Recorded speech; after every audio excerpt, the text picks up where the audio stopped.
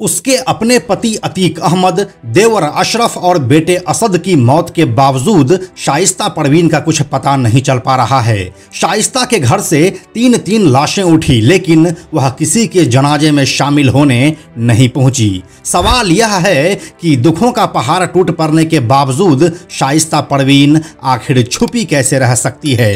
वो कौन सा डर है जिसकी वजह से शाइस्ता अपनी गिरफ्तारी नहीं दे रही है। इसकी कई वजहें हो सकती है। क्या अतीक अहमद के हजारों करोड़ के बेनामी संपत्ति की वह इकलौती मालकिन बन चुकी है और फिर वह देश छोड़ने की फिराक में है? क्योंकि अतीक अहमद का संबंध अंडरवर्ल्ड से भी रह चुका है। ऐसे में शाइस्ता परवीन के लिए देश छोड़ना कोई बड़ी बात नहीं होगी। आइए आज के इस वीडियो में हम आपको बताते हैं कि कहां है शाइस्ता परवीन और वह क्यों यूपी पुलिस को अपनी गिरफ्तारी नहीं दे रही है। हेलो एंड नमस्कार, मेरा नाम है प्रशांत और आप देख रहे हैं बेजोरजोरा.com का यूट्यूब चैनल। हम आपको यह भी बताते चलें कि उमेश पाल हत्याकांड में नामजद होने के बाद शाइस्ता खुद ही 50,000 की इनामी है। गिरफ्तारी से बचने के लिए वह सामने नहीं आ रही है। 5 लाख के इनामी बेटे असद का एनकाउंटर हुआ तो यह लगा था कि शाइस्ता अपने बेटे का चेहरा देखने जरूर आएगी, मगर यह कयास ही साबित हुआ। जिस बेटे पर शाइस्ता परवीन अपनी जान छिड़कती थी, उसे वह आखिरी बार देखने तक नहीं पहुंची। इसके बाद अतीक और अशरफ की हत्या हुई तो किसी को कल्पना भी न थी कि वह नहीं आएगी। इस दौरान अफवाहों का बाजार भी गर्म रहा। यहाँ तक कि यह भी कहा गया कि शाइस्ता अपने शौहर और देवर को देखने के लिए अस्पताल पहुँच गई है और सरेंडर भी कर दी है। लेकिन ये सभी बातें हवाई थी और शाइस्ता की हर जगह गैरहाजिरी ने यह सिद्ध भी कर दिया। असल सवाल यह है कि शाइस्ता इतनी पत्थर दिल कैसे हो सकती है। इसके पीछे कुछ दलीलें हैं। इनमें सबसे बड़ी बात यह है कि अतीक अहमद ने काली कमाई के जरिए हजारों करोड़ की संपत्ति जुटाई है। उसने कई नकली कंपनियां खड़ी की है। ईडी की छापेमारी के बाद बहुत कुछ सामने भी आ चुका है। अतीक के रहते शाइस्ता आश्वस्त रहती थी कि सब कुछ मैनेज हो जाएगा।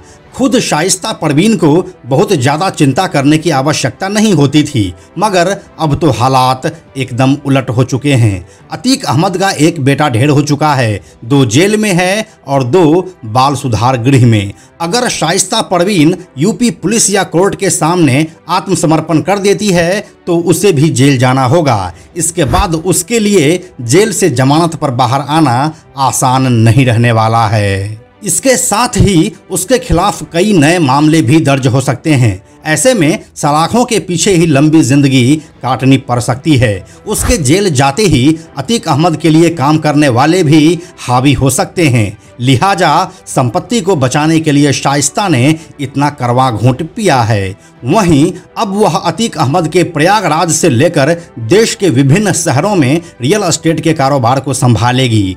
हाल ही में अतीक अहमद के करीबी वकील Khan, Shaulat Hanif, accountant Sitaram Shukla, real estate कारोबारी खालिद जफर, बसपा के पूर्व विधायक Asif Jafri, builder Sanjeev Agarwal, car showroom मालिक दीपक भार्गव समेत 18 से अधिक लोगों के यहाँ ईडी की छापेमारी से 50 से अधिक शेल कंपनियों का पता चला था। इन कंपनियों में अतीक अहमद ने अपना ब्लैक मनी इन्वेस्ट किया था। इनके जरिए अतीक अपने काले धन को सफ़ेद करता था और अब शाइस्ता के सलाखों से दूर रहने से यही सिलसिला आगे भी जारी रह सकता है। इसी बीच अतीक अहमद की पत्नी शाइस्ता परवीन को लेकर एक बड़ी जानकारी भी सामने आ रही है। पुलिस सूत्रों ने बताया है कि शाइस्ता परवीन की लोकेशन को लेकर एक अहम लिंक मिला है। शाइस्ता परवीन पश्चिम बंगाल भागने की कोशिश में है। अतीक गैंग के शूटर शाबिर साये के साथ शाइस्ता परवीन के साथ है।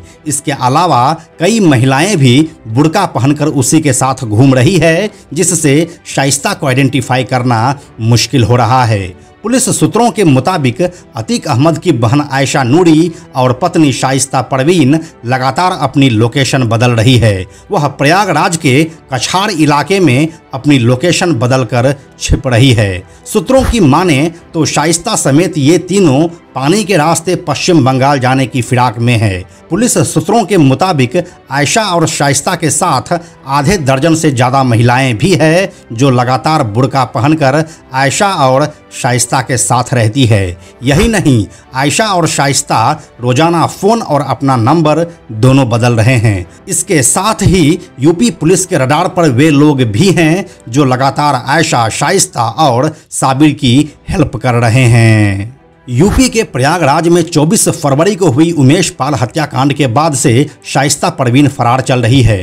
पुलिस ने उमेश पाल की हत्या में शाइस्ता को आरोपी बनाया है। शाइस्ता परवीन पर पुलिस ने इनाम भी रखा हुआ है, जिसे हाल ही में 25,000 से बढ़ाकर 50,000 कर दिया गया है। शाइस्ता की तलाश में उत्तर प्रदेश पुलिस की करीब 7 टीमें लगी हुई है। घटना के करीब 2 महीनों के बाद भी पुलिस शाइस्ता परवीन को ढूंढ नहीं पाई है। शाइस्ता परवीन, जो कि अपने पति, देवर और बेटे की मौत के बाद भी पुलिस के सामने नहीं आई, वह अंदर से कितना स्ट्रांग होगी और उसका अब पूरा फोकस देश छोड़ना और हजारों करोड़ की प्रॉपर्टी को बचाना होगा। यह भी संभव है कि इसमें अतीक का अंडरवर्ल्ड कनेक्शन काम करे और शाइस्ता नेपाल या बांग्लादेश भागने में कामयाब हो जाए, लेकिन यूपी पुलिस के मुस्तैदी को देखकर ऐसा लगता तो नहीं है।